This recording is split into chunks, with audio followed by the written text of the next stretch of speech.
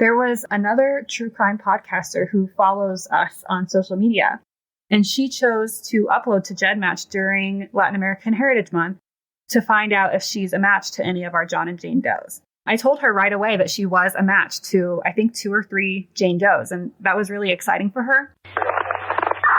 Warning. The podcast you're about to listen to may contain graphic descriptions of violent assaults, murder, and adult language.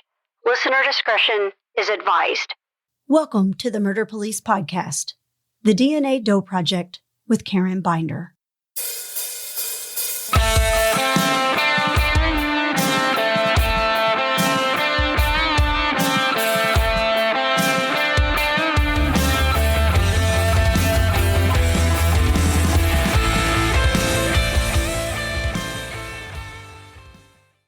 Welcome back to the Murder Police Podcast. I am Wendy. And I'm David. Well, David, we certainly have some exciting news that we've been wanting to share. Do tell. Well, we finally have an official charitable cause that we're supporting, and we hope that our listeners will consider supporting as well. We asked our dedicated focus group to submit ideas in August of this year, 2022, and they certainly came through. Based on our suggestions, and they had quite a few, we have settled in on an organization that fulfills our goal of working with someone that has a broad reach and supports victims of violent crime and their families. And we should mention that this deal was cinched up when we interviewed Sergeant Catalano with the Santa Clara Sheriff's Office in California for the 2 episodes on the Happy Face Killer's unknown victim, which was Patricia Skiple. I agree. And folks should go back and listen to those episodes and see how our friends at the DNA Doe Project brought answers to the family of a woman murdered by a serial killer years ago that went nameless for 3 decades. Well, fortunately, we have Cairenn Binder, who is the Director of Education and Development at DNA Doe Project, to tell us more about it. Yep. But before we say hello to Cairenn, I just wanted to ask the listeners to watch for a quick bonus episode dropping soon with an important call to action that we really want to see succeed. Hi, Cairenn. It's Wendy. Welcome to the Murder Police Podcast. Good morning. Thank you so much. Yeah, welcome aboard. Thanks for coming and spending a few minutes with us this morning.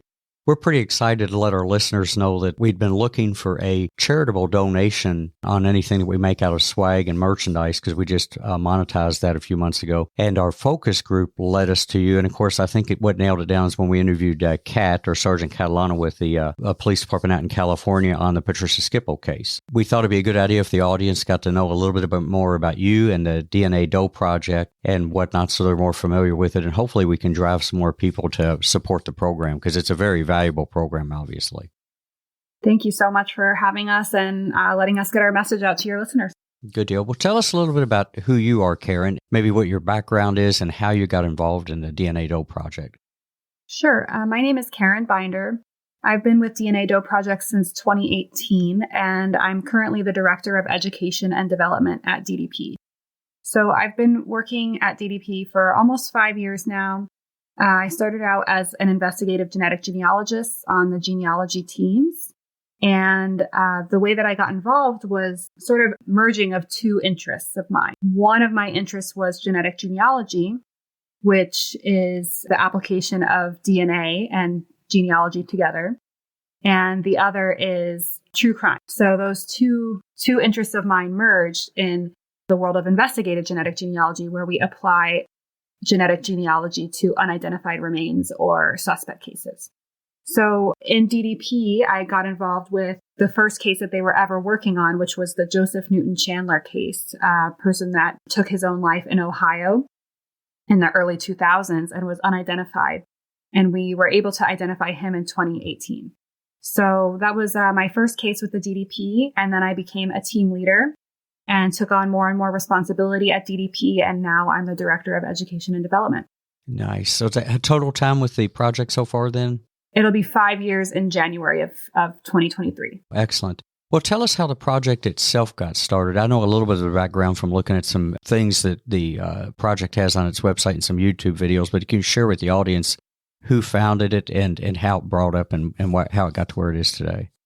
Sure. DNA Doe Project was founded by Colleen Fitzpatrick and Margaret Press. They both together had the idea to apply the work that was being used on adoptees. So we think of adoptees as sort of living John and Jane Does. They're people that don't know who their biological parents are. And so for about a decade before DDP was started, genetic genealogy was being applied to solve adoptee cases. And then in 2018, a few different groups started to realize that these same techniques could be used to identify John and Jane Doe unidentified remains, as well as suspects in violent crimes like the Golden State Killer case. So Colleen and Margaret were really pioneers in getting the DNA Doe Project started. And they were the first to announce a person identified using investigative genetic genealogy. So now Margaret Press still leads the DNA Doe Project today. She's our founder and CEO.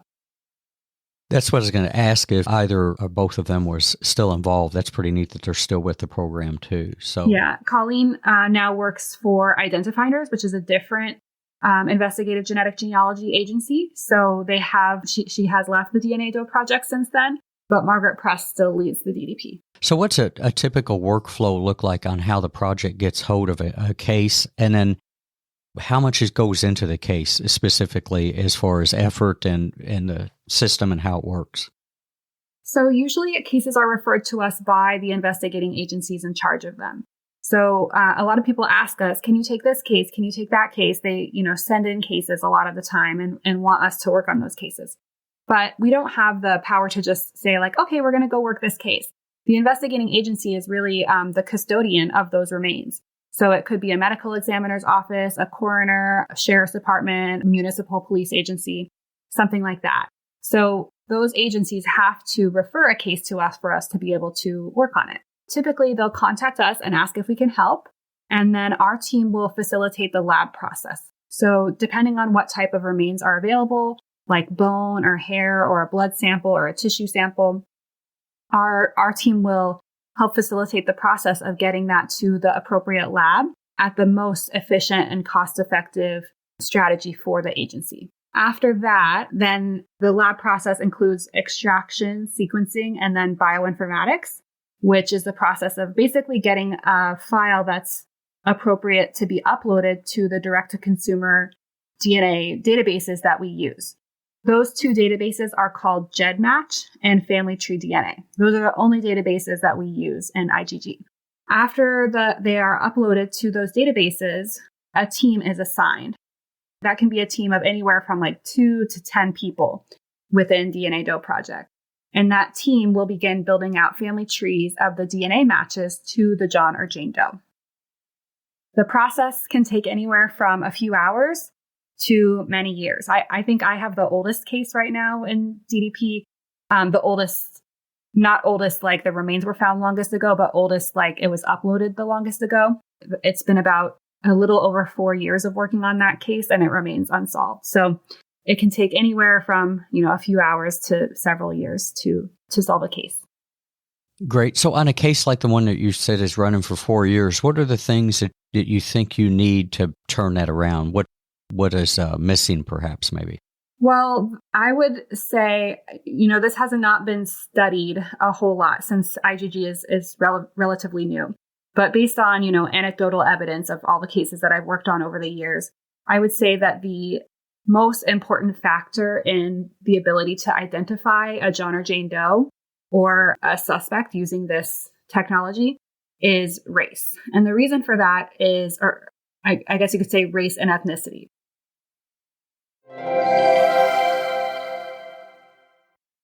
Hey, Murder Police podcast fans. Did you know that we now have a fantastic merch and swag store? You can choose from tons of clothing, drinkware, and accessories to let everyone know you're a Murder Cop fan. And 10% of all sales proceeds are donated to the brilliant folks at the DNA Doe Project. So you're helping solve a mystery or two with every purchase you make. So head to murderpolicepodcast.com and click that shopping button now.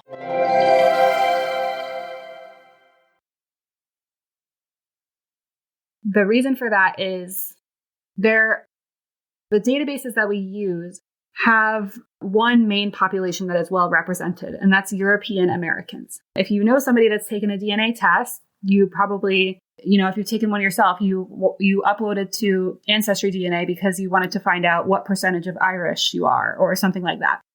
And that's very common with people of European descent in the United States. But people of minority populations are seemingly less likely to take DNA tests and also less likely to participate in GEDmatch and family tree DNA. And that's for a number of, socioeconomic and cultural reasons. As a result of that, it's very difficult to solve cases when the John or Jane Doe is from a minority population.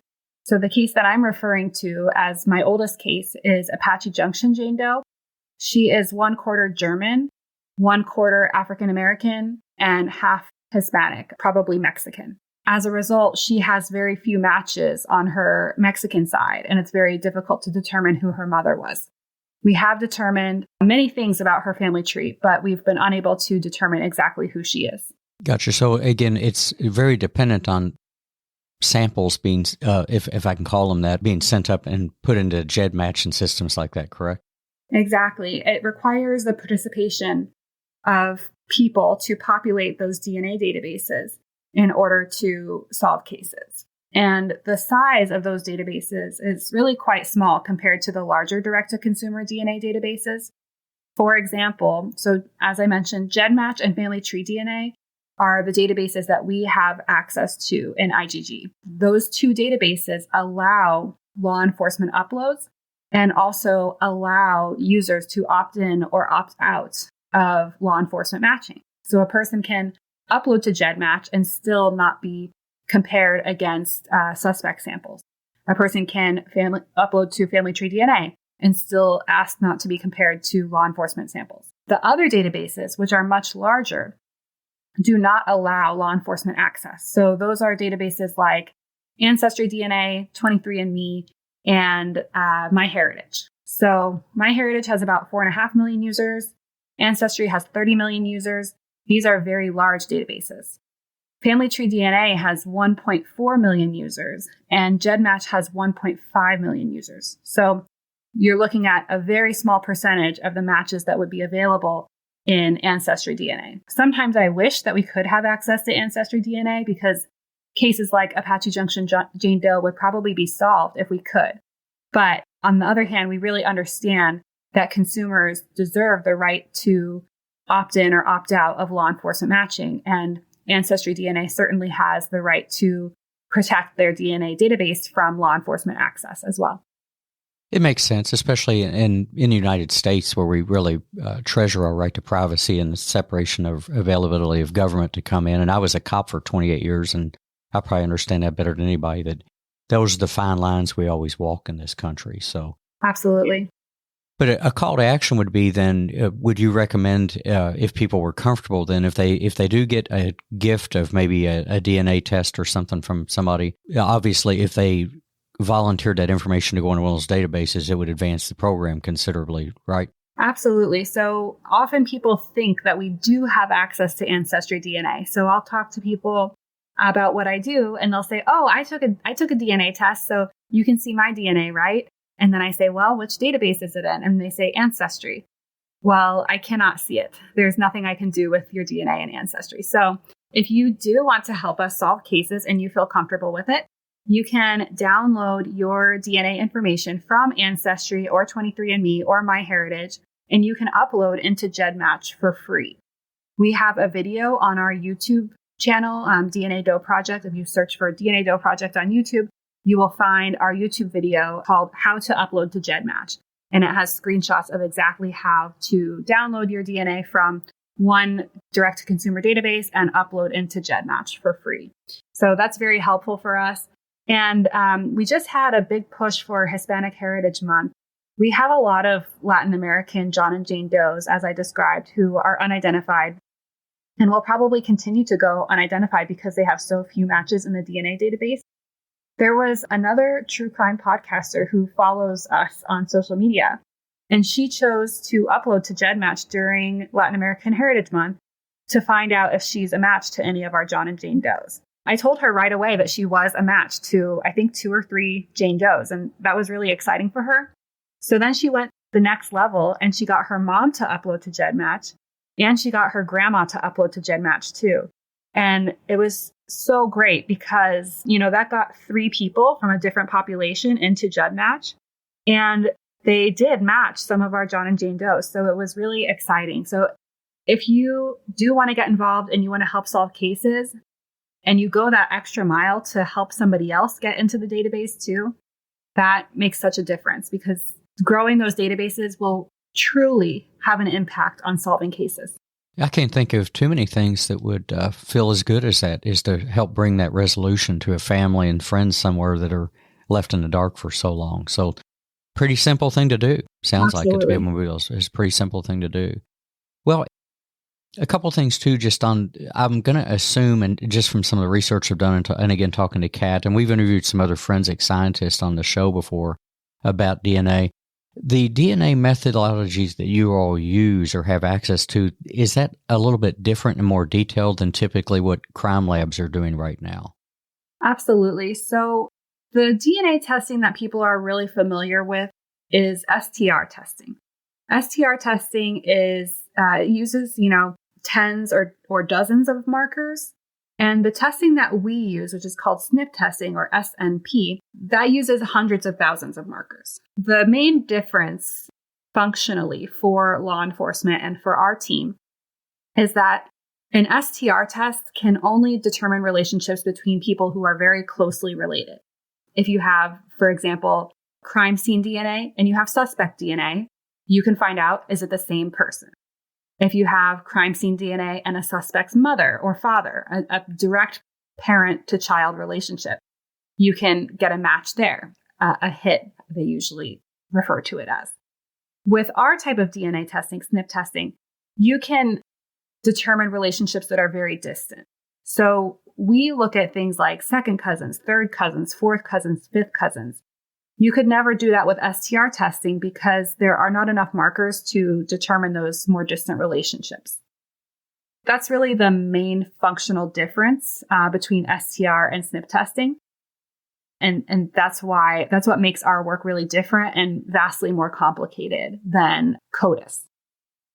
Do you know if that advanced testing has survived court cases where making it in as evidence? Because I can still remember several years ago, it's kind of a battle, but when DNA first came out and started being used by law enforcement in the judicial system, there's a process for accepting new science and finally somebody giving an anointment and saying it's good to go. Have the new methods gone through processes like that in the court system, or do you know? Actually, I've just done some research into this recently. At this time, it has not been, the process of IgG, investigative genetic genealogy, has not gone to court past pretrial motions. So it has been examined in pretrial hearings of whether certain evidence would be introduced into court or not. And it has not gone beyond that. The reason for that primarily, and so in this conversation, we're going to get away from unidentified remains and talk about suspect cases for a minute. If a person is identified through investigative genetic genealogy, let's just say it's a suspect in a violent crime, like a murderer. The crime scene evidence was taken, some DNA. Before the investigating agency can advance to investigative genetic genealogy, they first have to enter that profile into CODIS. They have to enter it into CODIS, and there have to be no hits. Once they have no hits in CODIS, then they can advance to investigative genetic genealogy. The investigative genetic genealogy team will identify a potential suspect, and we call that an investigative lead. It is no different than if I saw somebody outside of the victim's house and I was like, oh yeah, I think I saw Bobby outside of there. I'm giving an investigative lead. They still have to go and collect Bobby's DNA surreptitiously from his curbside trash or from a cigarette butt that he threw out or something like that to determine whether or not he is the suspect. And that gets confirmed with an STR test, which is the traditional DNA test. For that reason, because IgG is providing an investigative lead that has to be confirmed with a traditional DNA test, which has stood the test of time in court, the IgG has not been introduced into court because the arrest was made based on the STR test, not the SNP test. Does that make sense? Oh, absolutely. That's probably the best explanation I've heard of something like that. I think the listeners will enjoy that. No, really, that was extremely clear. is put in the context of a lead, because that's where I think some people don't understand the limitations of a lead, but what you can still do to independently corroborate that information and then get it into court. Perfectly stated. Perfectly stated. Oh, thank you so much. No, yeah, I think it's very clear for people on that. We talked a little bit before about Patricia Skiple, and because that, I think she was identified in April of this year in California. The impact that had on that family, dude. Can you talk about what it's like when that revelation is finally made and at least those doors are opened to what happened to that loved one? What's it like to work with a family when it happens? Well, I would say that we're somewhat lucky in being a little bit removed from the family. When we work with an investigating agency and we come close to determining a lead like that, such as in the Patricia Skiple case, the investigating agency, and in this case, our partner, Sergeant Catalano, is the person that makes contact with the family. That's a good thing because they are trained and they are, used to making these notifications, because what they're doing is essentially making a possible death notification.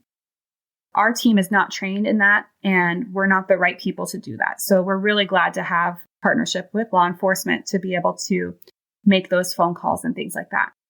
In that case specifically, it was heartbreaking to learn about what the family had gone through, because they didn't just have one, they had two missing people in their family. So it was part of what we had to do was determine which missing person Patricia's remains were most likely to be. That was a difficult thing. And I'm really thankful for the support of Sergeant Catalano in that case, because her hardworking nature was absolutely integral to solving that case. Yeah, there was something else. And again, that the complexity and the tragedy of two missing people, and then the odds of having to make that determination on the remains to see just who that is. And I think we're going to be following up with the sister, Gloria, I believe, and seeing if we can talk to her to get some awareness out on her daughter that's still outstanding as a missing too. Well, I'll tell you what, you mentioned before, what's the name of the podcast where the woman uploaded her DNA? She probably won't mind because I love plugging other podcasts on our show. Yeah, what's the name of that one? That's True Crime Cases with Lainey. Lainey Hobbs is the name of the podcaster. Fantastic. So our listeners hopefully will tune in. I know I'm going to download it and take a listen when I'm flying this week. Awesome. So. Yes, I'm traveling this week too. I'm gonna load up on so many podcasts today for my drive tomorrow. Oh yeah, for sure. It's the way to pass time. So I believe you'd sent me a link, and there was a really good YouTube video podcaster that did an in-depth interview. Do you remember the name of his show? That was Dylan Curious, and he does a podcast that is also brought on YouTube. So it's like film and sound. Exactly. I can recommend that to people too, because I enjoyed watching it. The production is exceptional. Now, has the project been the focus of any other national, international exposés or television shows or documentaries that you are aware of? Absolutely. So there was a Dateline episode about Lavender Doe. The episode is called The Girl with No Name. So I think that people can get that on Peacock if they have NBC's Peacock streaming service. We just had an article come out in the New York Times 2 days ago. So that was on the 27th of October. And that was about Wendy Stevens, the victim of the Green River Killer, which was a case that I led in 2020 going into 2021. This victim was known as Bones 10 Jane Doe when she was killed by Gary Ridgway, the Green River Killer, back in the 1980s. And we identified her in 2021. So that was a big international coverage for us. We've also been covered on Malpractice Podcast, Crime Junkies Podcast.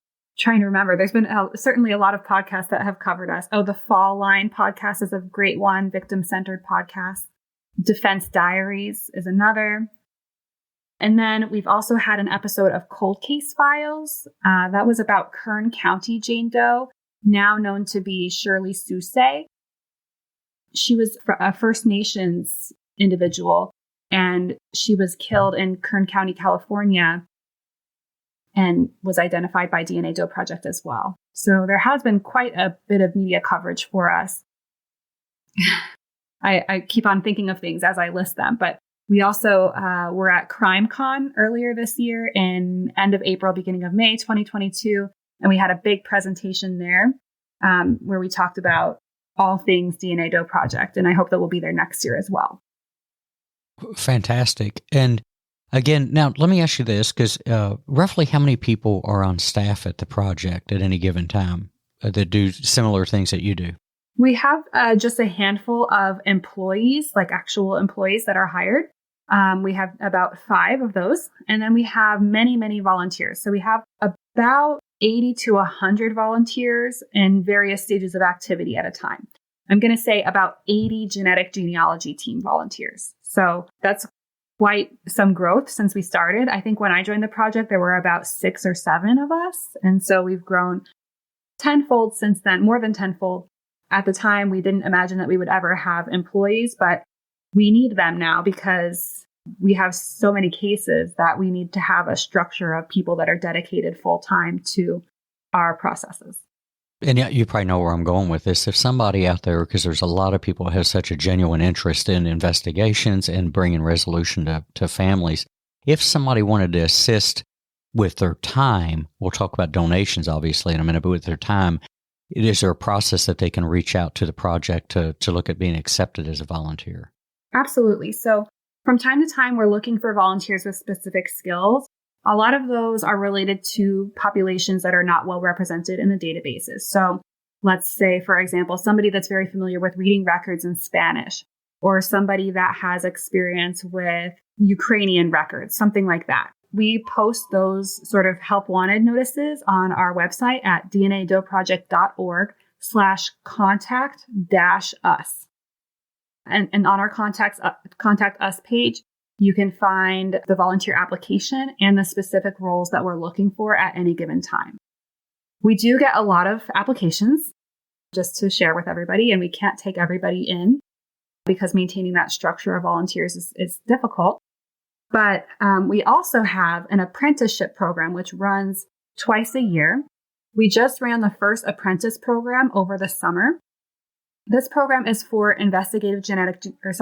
for experienced genetic genealogists. So people that have practiced genetic genealogy on things like adoptee cases. They have to take an exam, and then based on their exam performance, we choose 6 to 8 apprentices. The apprentices work on a real case, and they go through a 4-week program led by me, and they get to apply their skills to a real John or Jane Doe case. So over the summer, we had our first apprenticeship program. It was 4 weeks in July, and they solved the case of downtown Phoenix John Doe, who is now known to be Frank Beck. So that was really exciting that we were able to bring up this educational program, and people were participating in it and actually solved a case in their completion of the program. We'll be running our next one in January. That's phenomenal, because myself personally, after doing it, with a PD for several years in homicide investigation, I'm a firm believer that there's room for what some people call amateur citizen detectives in this world. And I know the relationships with police departments can be tenuous sometimes, but what a way for people to roll up their sleeves and actually get a taste of what that's like, and to get those wins, and again, to help out a family somewhere. That's incredible. Incredible. Absolutely. And there's also a few education programs popping up throughout the United States. The ones that I know of, University of New Haven has an investigative genetic genealogy certificate program, and they also have internships that they do with DNA Doe Project. And then I've recently had a career switch. I still work for DNA Doe Project, but I also now work at Ramapo College of New Jersey, where we are starting an investigative genetic genealogy center and an investigative genetic genealogy certificate program. And I believe that University of Central Florida also has some investigative genetic genealogy programming going on as well. There are definitely programs popping up all over the place, and people can learn how to do this, because this might be the way of solving all cold cases in the future. Oh, hopefully. I mean, the advances are just incredible. I mean, yearly, just the way they move through on bringing answers to those. So that's good news in and of itself. Absolutely. obviously the project itself is not profit, correct? That's correct. Yeah. So when people do this, I mean, I know that we'll be donating, like I said, proceeds from swag and merch and things like that, and maybe some other input too, and on behalf of the podcast itself. But so if people go to the website and they want to donate to the project to help find answers for these people and to identify these people, is that a pretty straightforward process to do? Absolutely. So just to speak on, the nonprofit model for what we do and how it helps agencies.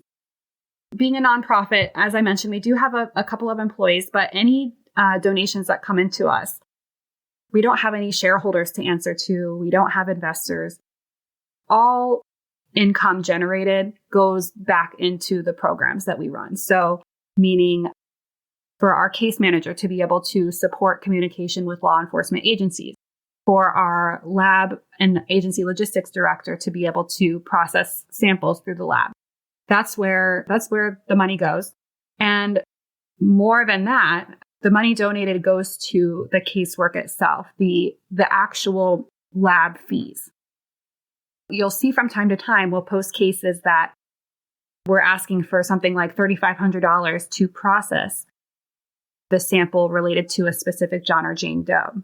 We have those cases on our website at DNA Doe Project Our, and then you click on donate cases. So it's DOE-NATE. Those cases we're specifically asking for funding for because the agency does not have the finances available to fund that John or Jane Doe case to be processed through the laboratory. That's happening more and more. There's very little money for cold cases. The cases that are usually prioritized are the ones that are very recent and active. And that makes sense because you certainly want to catch violent criminals that are on the loose right now. And so I can see why it's like this for agencies, but it's unfortunate as well because John and Jane Does are missing people. They have families that are waiting for them. Funding is really needed to solve their cases too. By clicking on that part of the website, you can look for a specific John or Jane Doe that you'd like to finance. So it really helps. And we have thermometers on some of them so you can see how much money has been raised for each one. We're really thankful that we're able to help agencies get these cases solved through our generous donors. And it's just not the money, it's the time. We've talked on here, we've done some cold case things with cold case detectives, and the realities in a police department is they only have so many people and new cases are coming in. It's like raking leaves on a windy day, as they say. And again, that's why I'm big on the whole thing of incorporating more people in the private industry or private world into crowdsourcing cases, is because the availability of time. And there's been plenty of people out there that are citizen detectives that have done phenomenal things with that time. So good. So Absolutely. Two things I think that we could easily ask people to do is to volunteer their DNA information into GEDmatch, and the other one was, what was the other one again? Family Tree DNA. And then to consider making financial contributions and maybe find other businesses that would like to make financial contributions. I mean, that definitely is a better source sometimes for those more expensive rates that you're looking for that. So we definitely could do that. Yes. Another person that I'll just mention, there's been so many people that have reached out and helped lately. There's a person that I'm friends with on social media, and she reached out about a specific case and wanted to help it get funded. They work for Google. So she and her partner made a donation through Google, and then Google matches those donations. So if you have like an employee matching situation at your workplace, that can double whatever you give. So that was so incredibly helpful. And I just really thought like, wow, what a great creative way to give more to us. Especially with the importance of what that work is. I've always been very fascinated by, DNA. And, you mentioned the ancestry, and David had gotten a kit for me to do. And it is really neat to see the matches that come along, some people that you have no clue who they are. But I've always been very fascinated by that and the connections and places it can lead you to. And so I'm so glad that you all, even with cold cases, are working so many of these to get answers for families who likely for years have been waiting just for a smidgen of a piece of information. So I think your job is incredibly fascinating, and I caught a bit and piece of you talking about the intern and some things that volunteers could do. And all I could think is, how cool would that be for somebody to not only do that and immerse themselves in it, but mostly help solve a case, like you said, was solved for a family that's out there seeking answers. But also it helps you all with your caseload, I'm sure, does it not? Absolutely. Those apprentices that we had over the summer, they were so valuable to us that the original intention was to have them for 4 weeks and then let them go. And we decided to keep them all because they were just so incredibly good at and valuable to our work. And another point that you just brought up, Wendy, is one that I forgot to make, and it is such an important piece of this. So you mentioned that, you look at your DNA matches and you don't even know some of them. And a lot of times when I have conversations about uploading to GEDmatch, people will tell me things like, oh, well, I don't have any missing people in my family, so that won't help. But if you think about it, me personally, I really only know my first cousins. I couldn't even name all of my second cousins, and I certainly cannot name all of my third cousins because we have, our close family, and most of us are not that familiar with our extended family. But as I mentioned earlier, we use second, third, fourth, and fifth cousins to solve these cases. So even if you don't know of a missing person in your family, that doesn't mean that your DNA is not valuable to the cases that we solve.